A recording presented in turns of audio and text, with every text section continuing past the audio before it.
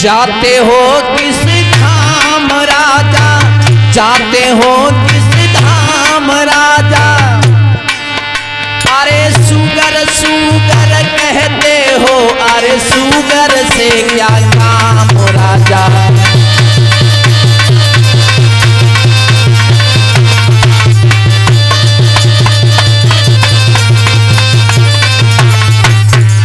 अरे sugar sugar कहते हो, अरे सुगर से क्या काम राजा।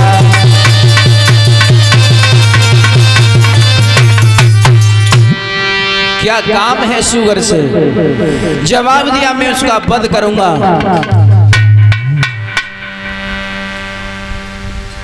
और आपने पूछा कि आप कहां के रहने वाले हैं, सुनो। अवधपुरी मेरो गाम सुनो, हरिचंद्र मेरा नाम है, हरिचंद्र मेरा नाम है। अपने हाथों से बद कर दूं, बस यही मेरा काम है।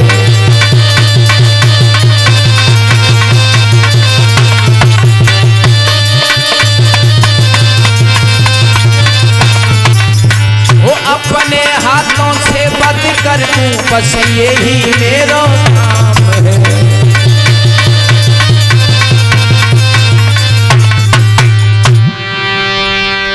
अवधपुरी का रहने वाला हूँ, राजा हरिचंद मेरा नाम है।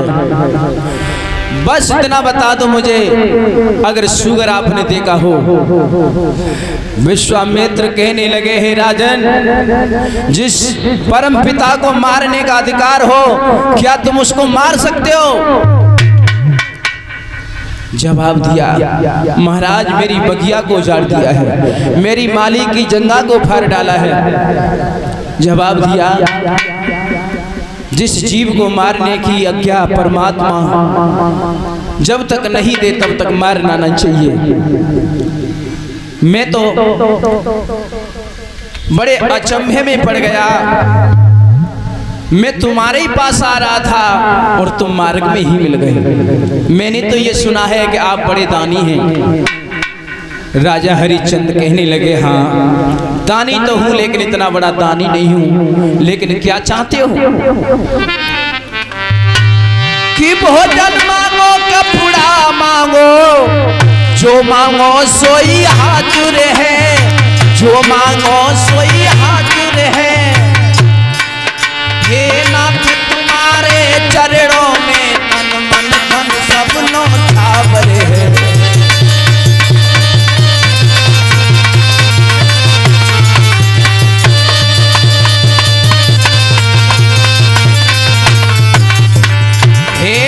तुम्हारे चरणों में तन मन धन सब न्योछावर है।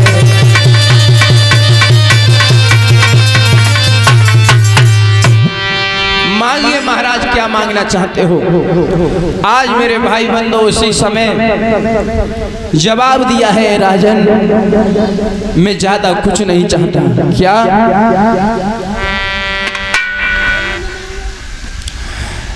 मैं ज्यादा कुछ नहीं चाहता।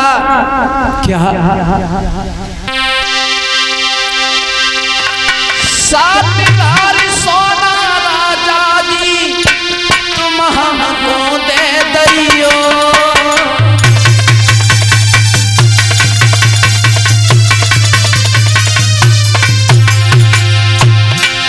मेरी बिटिया कुंवारी आंगन में पके पीले हाथ करवैयो।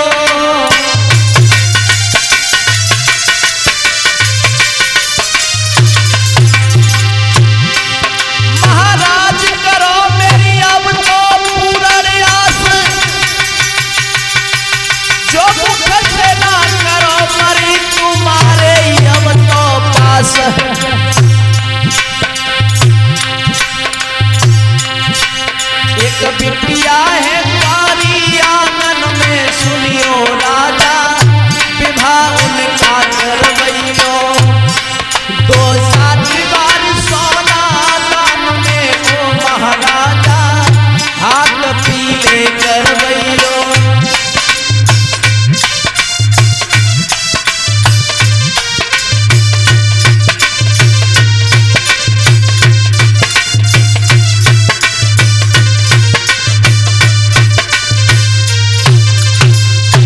जवाब दिया ज्यादा कुछ नहीं, 60 भार सोना दे दो मेरी बिटिया के, पीले हाथ हो जाएंगे।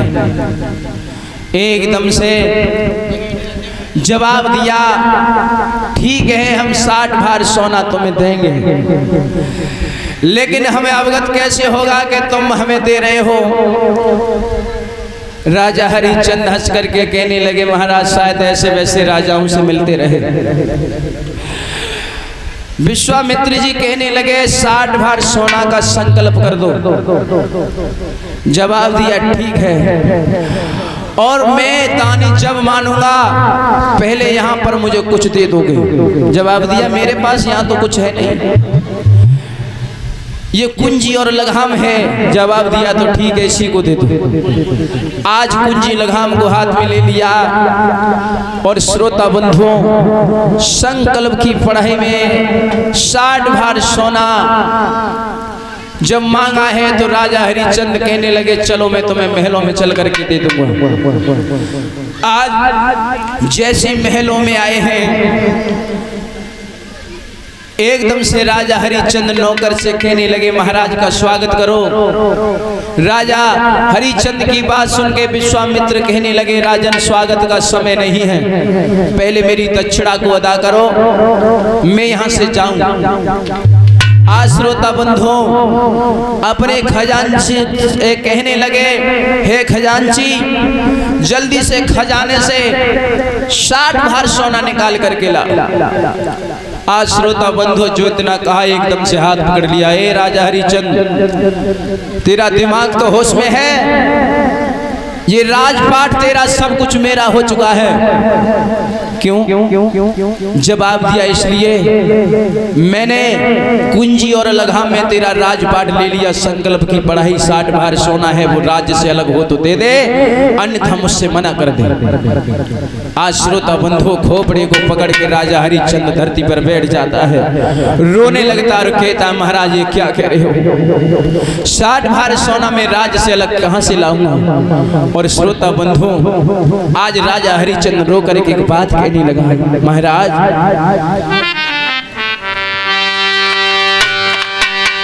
अब समझा नाथ क्षमा कीजिए,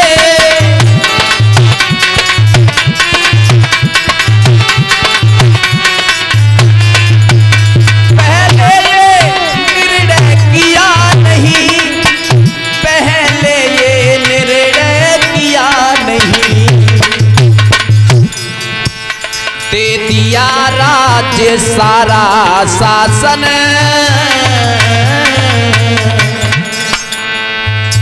दे दिया, राज्य सारा शासन पर ये शरीर तो दिया नहीं।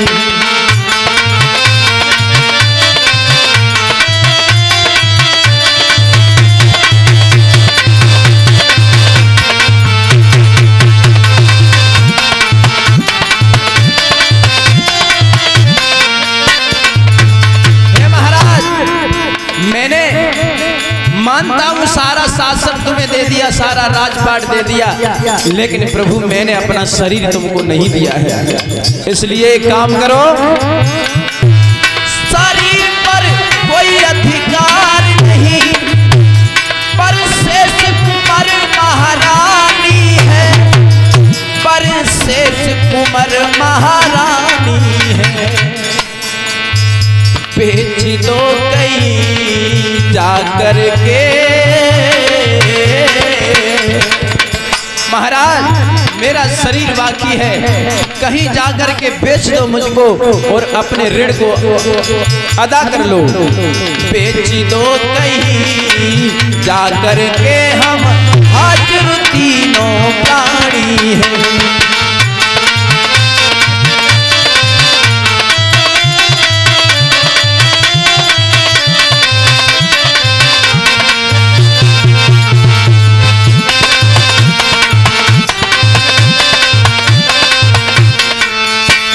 याद रखना जवाब दिया महाराज मैंने अपना शरीर तुम्हारे लिए नहीं दिया, सब कुछ दे दिया मानता हूँ, हम तीनों को बेच करके अपना ऋण अदा कर लो। विश्वामित्र कहने लगे, क्या तेरी पत्नी और तू बेचना चाहता है? जवाब दिया, ठीक है महाराज, इस बात को भी मैं महारानी से पूछ करके आता हूँ। आज रोते हुए राजा हरिश्चंद्र महलों में अपनी प्यारी रानी तारा के पास पहुंचे। आंखों से अश्रुधारा बह रही है, जैसे अपने पिया को रोते हुए देखा कलेजा टूट गया। वो मैया तारा कहने लगी, श्रीमनाखर बात क्या है, आप क्यों रो रहे हो? जवाब दिया, हे प्यारी क्या बताऊं, रास्ते में एक ब्राह्मण देव मिल गए, उन्होंने 60 भार सोना वो भी राज्य से अलग मांगा है, कुंजी लगाम में हमारा सारा राजपाट शासन ले लिया। रानी तारा कहने लगी, महाराज मैं तुम्हारे साथ हूं और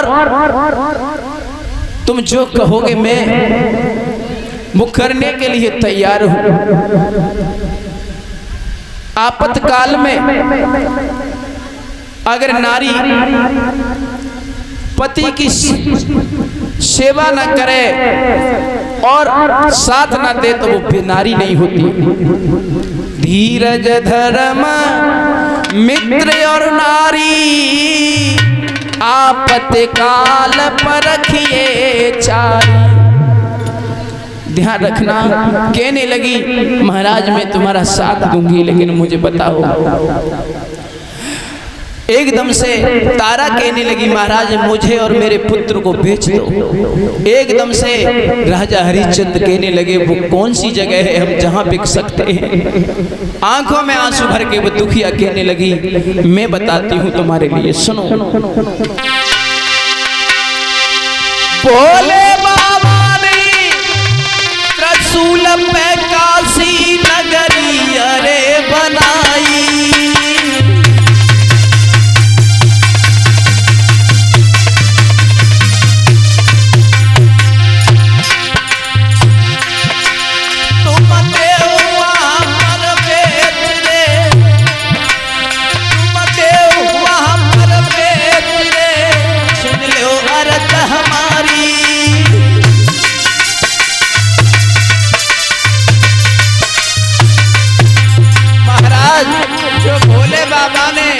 त्रिशूल के ऊपर काशी नगरी बनाई है, वहां जाकर के हमको बेच दो।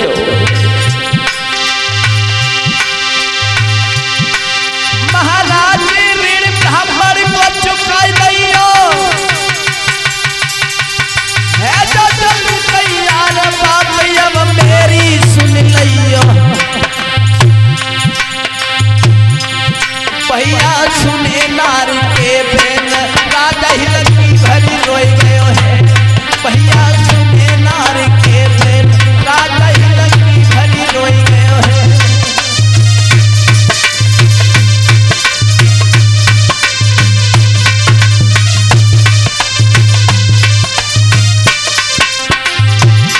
ही लगी भरी रोई गयो है, राजा ही लगी भरी रोई गयो है।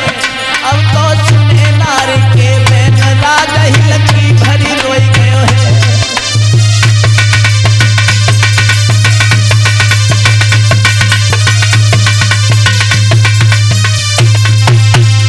रानी तारा कहने लगी, महाराज जो भोले बाबा ने त्रिशूल के ऊपर काशी नगरी बनाई है, वहां हम दोनों प्राणियों को बेच दो। आज श्रोता बंधु, जैसी रानी तारा के ये शब्द सुने, एकदम से राजा हरिश्चंद्र रोने लगे और उसी समय अपने राजसी वस्त्र उतार करके और तैयार हो गए।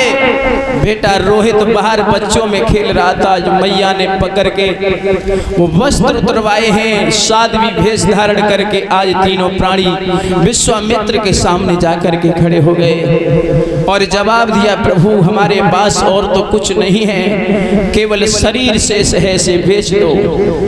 आज मेरी माता बहना उसी समय आज उस काशी नगरी को छोड़ करके तीनों प्राणी जाने लगे। प्रजा के लोग रोने लगे, कहने लगे, महाराज हमें छोड़ करके कहां जा रहे हो? आज श्रोता बंधुओं उदासी छा गई और आज तीनों प्राणी काशी धाम के लिए चल दिए।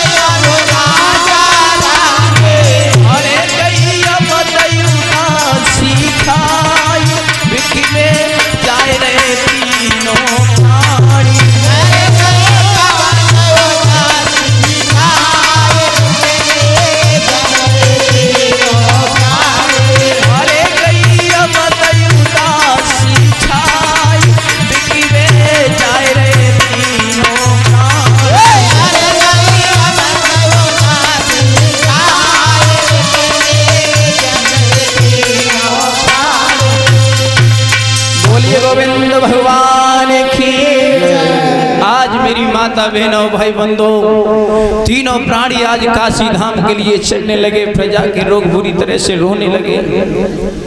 कहाँ जा रहे हो हमें छोड़ करके महाराज? राजा हरिश्चंद्र की आंखों से आंसू निकल आए, चलने लगे। श्रोता बंधुओं, महलों को त्याग दिया। ध्यान रखना, आज श्रोता बंधु जैसे चलते जा रहे हैं, ककरीली जमीन है, आज बेटा रोहित पर चला नहीं जाता है। मैया से रो करके कहने लगा, मैया कितनी दूर है काशी धाम, मुझे बताओ तो सही। आज श्रोता बंधुओं, उसी समय रोहित बेटा रो करके कहने लगा, माँ नहीं चला जाता। रो करके बोला है, मैया लग लग ठोकर खाई चला नहीं जाता है, काशी की थनी दूरी बता मेरी माता है।